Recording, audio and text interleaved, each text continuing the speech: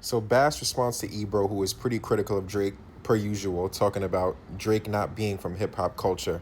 And I'm happy that someone from inside the industry is calling out the hypocrisy and the things that Ebro has been doing over the past few years. So he talks about Drake being from the culture and Drake also being very inclusive and pushing other artists to the forefront, including R&B, reggaeton, dancehall, other rappers, Afro beats, etc. So he says, "Are you saying this because he's Canadian?" And even though he's Canadian and he's from Toronto, number one, his father's an American. His father is a black American. His father's lineage is one of the most influential in music history. And then when you talk about Toronto, Toronto is a city very similar to New York, just like London. So why are you continuing to call out culture?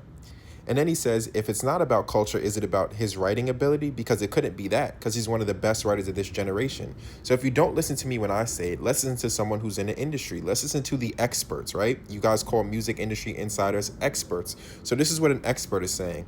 And he leads off with, if it's not that, then what is it? And that's a question a lot of people have when it comes to Ebro and Drake, or Drake and other members of the media who seem to constantly hate on him and tear him down any chance they get. What is it about him that bothers you so much? Because you go out in front of the world and you go out on your show and you continue to do this, and hey, it gets you views and clicks and it gets people talking about you. So maybe that's the motive, but it seems like you have a real personal problem. It's bigger than the music, it's bigger than the industry. You seem to not like something about him as a person.